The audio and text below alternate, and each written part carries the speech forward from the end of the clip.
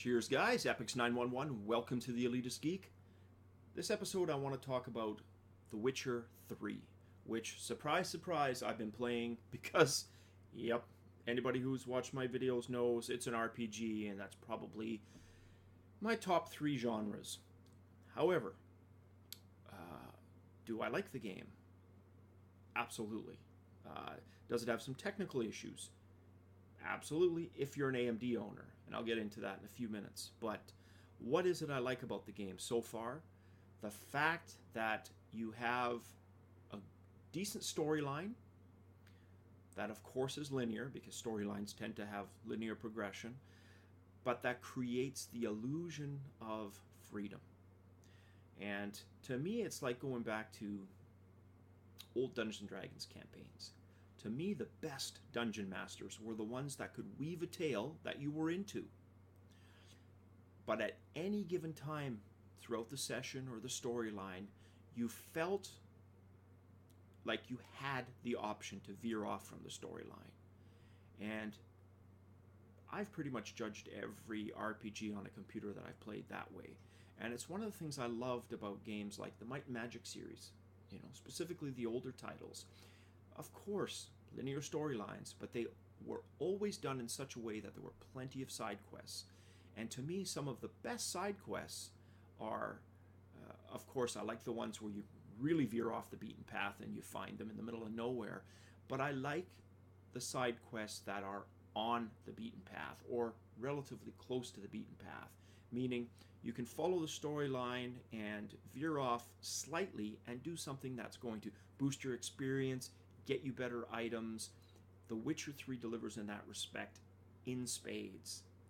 Not going to get into the storyline, ruin anything for anybody, no spoilers here, but let me tell you, along the way, the classic just off the beaten path side quests are there, and they're worth doing because they will boost your character in terms of experience and in terms of items. Highly recommend you veer off a little bit. If you hear somebody, a citizen ask for help, take the time and explore it. I think it'll be worth your time. Skyrim is a game, to me, that exemplifies open world, and GTA obviously to some degree as well. Both games that I absolutely loved. Witcher 2, not quite the same way. I liked the game, I would say, but I didn't love the game. And to me, it just felt too linear. It wasn't linear extreme like Final Fantasy 10 and 13. 10 being a great storyline game, but very linear. And Final Fantasy 13 not providing me much good to say at all.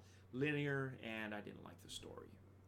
The Witcher 3 kind of captured me right from the beginning. It's so far fantastic. Now, I said earlier that there were a couple of technical issues. Specifically, if you are an AMD user. Now, I've supported all kinds of graphic cards, and I've purchased and owned all kinds of graphic cards throughout my gaming history. Whether those were, my Matrox Millennium, my Matrox Mystique. There's an old school card for anybody who recognizes that one. I've had Diamond cards. I've had mostly Nvidia, but I've had lots of AMD too, including the classic AMD 90 or ATI at that time 9800. I went Nvidia for a very long time, up through the 8800 GTXs, which, man, weren't those workhorse video cards? The 8800s, like, that was the gift that just kept on giving. Got those in SLI, and I swear it was 2.5 years of solid performance. And really, there haven't been cards as good, in my opinion, since. The last generation, I decided to do something different. Now, generally what I have is I've got 2 gaming rigs. I've got my main gaming rig, and then I've got a secondary gaming rig. And remember, this is my hobby. Some guys play golf, some guys, drink at bars, or they're into cars. My hobby is gaming. So, yes, I have 2 machines for gaming. That second gaming rig serves a couple of purposes.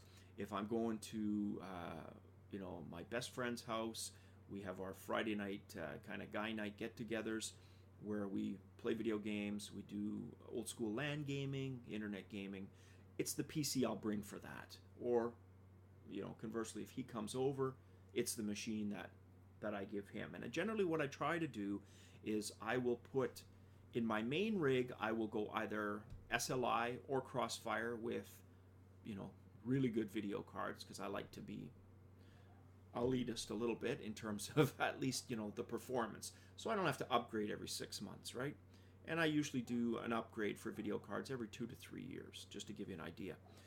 And then on my second gaming rig, I'll generally go with a single gaming card of the competitor product. So if I've got SLI in the main rig, Nvidia SLI, I'll do a single AMD card in the other rig.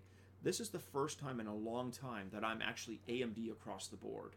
And for no other reason than it was bang for the buck at the time.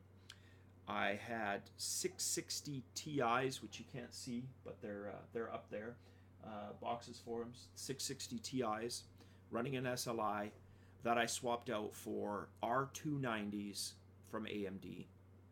Second gaming rig has an AMD 7970. Back to Witcher 3. If you are an AMD user, prepare to be disappointed.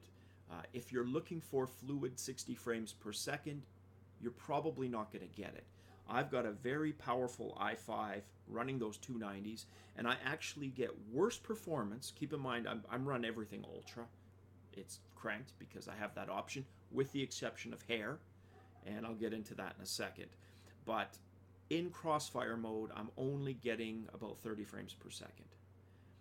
I've got VSync set to 60, so I'm getting about 50% of what I should.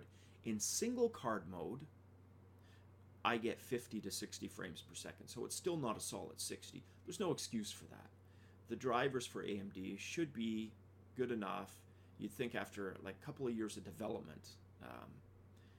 And there's a whole political shitstorm there. AMD, says Nvidia's not opening their source. You know what? Why the fuck should they? It's not Nvidia's problem. Then AMD said, well, you're releasing the hair thing a month before release or 2 months before release, and that kind of sabotaged things. Again, bullshit. If you've got open communication, which AMD should have had, having been on the game dev side of things, I know how it works, and video card manufacturers, for the most part, have open channels of communication with the game devs. Whether they choose to use it or not is a whole different story. And it comes across to me, even though I'm running AMD, that AMD dropped the ball with respect to the Witcher 3 graphical performance. There's no fucking excuse for me not getting 60 frames per second. Yes, that pisses me off, and I know it sounds super elitist. You should be happy with your 50 frames. No, I should be happy with 60, and I don't have 60. So that's going to probably be addressed in a driver. So AMD, one of the head devs or head AMD guys, said in the next beta patch, but whatever, that's not helping me now. So I run in single card mode, and like I said, I get about 50 to 60 with hair turned off, which brings me to the thing. So Nvidia apparently introduced this about a month or two before launch, and even Nvidia card owners take a performance hit running this hair effect. I don't know about you guys, but I can't remember the last time I stopped to admire an NPC's hair, like really kind of get into the hair and count the strands. I haven't noticed a huge difference with it on or off, probably because I don't have an Nvidia card, but honestly, even with AMD doing some kind of mimic effect, I didn't notice much difference. So I turned it off, and it's with it turned off that I'm getting 50 to 60. With it turned on, single card, I was getting in the 40s. So it makes a huge difference. I would say it's about 20 to 30% performance. Your mileage may vary in terms of turning off that hair effect. I'd be interested, anybody who's watching this who has NVIDIA cards, if you're getting 60 frames per second with that turned on and everything on Ultra.